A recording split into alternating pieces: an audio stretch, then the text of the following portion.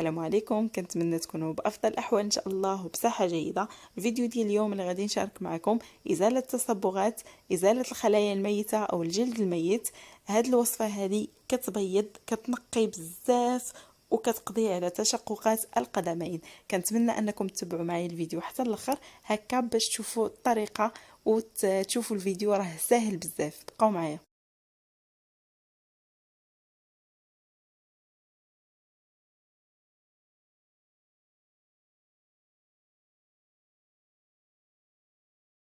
قبل ما نبدا الفيديو ديال اليوم، كيف ما كتشوفوا انا بغيت نشارك معكم التصبغات اللي كانوا عندي في الرجلين ديالي واثار الشمس، وحتى هاد الخشونه اللي كانت في القدمين. غادي ناخذ واحد زليفه كيف ما كتشوفوا، غادي نضيف ليها خل المائده، خل اللي كنستعملوه في المطبخ ديالنا، الخل العادي. وغادي نوضع عليه واحد الكميه من الملح، نصف ملعقه صغيره من الملح. كيف ما كتشوفوا كنخلطوا هاد الخل والملح مع بعضياتهم، وكنزيد عليها هنايا ملعقه ونصف من الجيلاتين صافي، وكنخلطوهم مع بعضياتهم مزيان. وانايا مباشره كيف ما شفتوا معايا من بعد ما كنخلطوهم فكيتقال لينا الخليط واحد شويه، ولكن دابا غادي نديروهم في الباماغي اولا حمام مريم. يعني غادي نبقاو نخلطوهم مزيان حتى تذوب لينا داك الجيلاتين.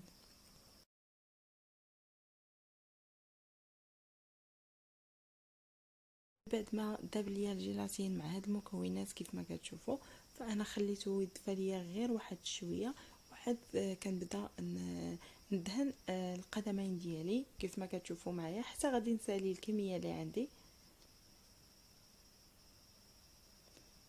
هاد الوصفه هذه رائعه البنات، كتخلي القدمين ديالكم كيشعلوا. هانتوما غادي تلاحظوا النتيجه.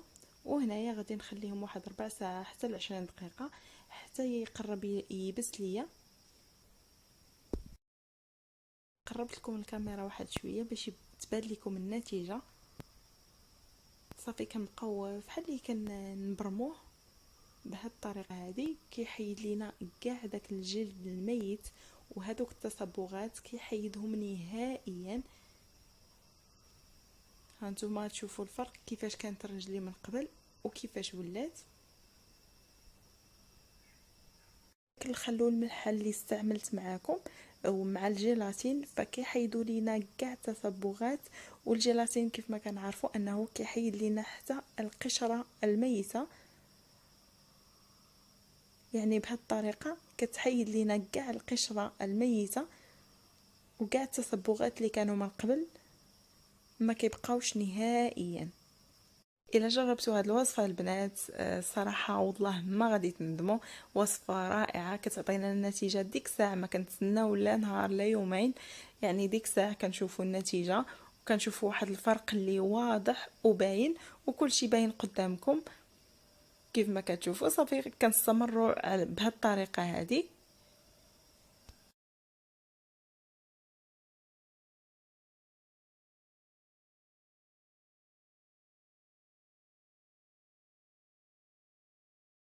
كيف شفتوا ان المكونات اللي استعملت معكم موجودين في كل مطبخ، الا الجيلاتين يمكن ما يكونش متوفر عندكم، ولكن راه غير 5 دراهم كتجيب لكم واحد الكميه اللي كثيره تقدر دير لكم حتى 3 ولا 4 المرات، وكتعطينا نتيجه كيف ما كتشوفوا معايا في الفيديو. نتيجه هائله هائله هائله والله، زعما كتعطينا نتيجه من اول استعمال. فإلا عجبكم هذا الفيديو بارطاجيوه مع الناس اللي كتعرفوا اولا الناس اللي كيبغيو فحال هاد الوصفات اللي كيكونوا ساهلين ويمكن لهم يديروهم في المنازل ديالهم. نتمنى انكم تبارطاجيوه وتديروا لايك، وما تنساوش الا كنتوا اول مره غادي تشوفوا هاد القناه ديروا ابوني وتضغطوا على زر الجرس هكا دائما يبقى يوصلكم الجديد. وانا كل نهار كنحط فيديو، وحتى لا طلبتوا مني هكا فيديوهات فانا كنوجدهم لكم وكنحطهم ايضا مباشره من بعد ما كملت. فدابا خديت هنايا الماء كيكون سخون وعاد كنديرو هكا باش كيدفى ليا شويه. ماشي كيدفى بزاف، مهم خصو يبقى سخون واحد شويه، ولكن نستحملوه يعني ملي نحطو فيه اليدين ديالنا ولا الرجلين ديالنا فنستحملوه.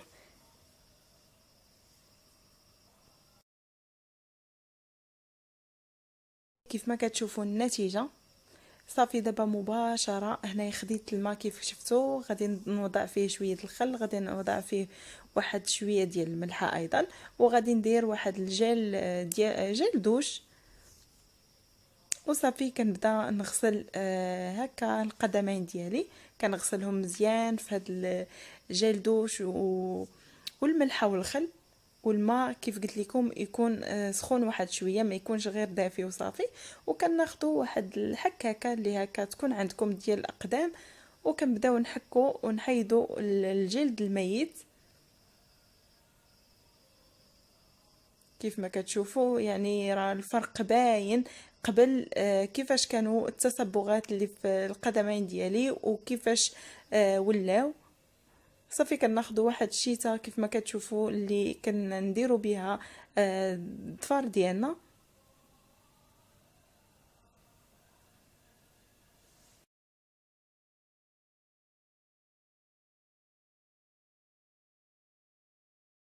نحتاج المرحله الاخيره، غادي نحتاج العكر ديال 24 كيف ما كتشوفوا، وغادي نحتاج فازلين ديال 5 دراهم. يعني انا حاولت ما امكن نستعمل معكم واحد المكونات اللي رخاصين بزاف بزاف بزاف. عكر ديال 24 كيف ما كنعرفوا انه هو رخيص، كيدير واحد 4 دراهم، والفازلين 5 دراهم وكدير لكم المده طويله. كما كتشوفوا صافي دابا رطبت الرجلين ديالي بالفازلين، وصافي مباشره غادي نلبس هكا القشره ديالي، ولا تقدروا من الاحسن تلبسوا القشرات باش تبقى الرجل ديالكم هكا مرطبه. والغد ليه في الصباح، يعني الا استعملتوا هذه الوصفه في الليل، الغد ليه في الصباح كتلقاو الرجال ديالكم غزالين.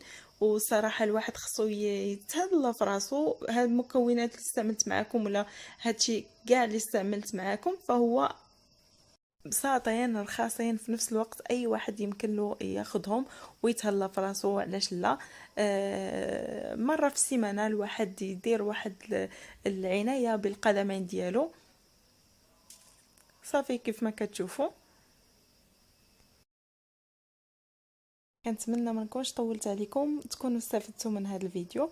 الى عجبكم الفيديو كيف كنقول لكم دائما بارطاجيوه واشتركوا في القناه. بالنسبه للناس اللي اول مره غادي يشوفوا القناه ديالي، دابا غادي نقول لكم بسلام عليكم حتى الفيديو القادم ان شاء الله. تبقوا على خير.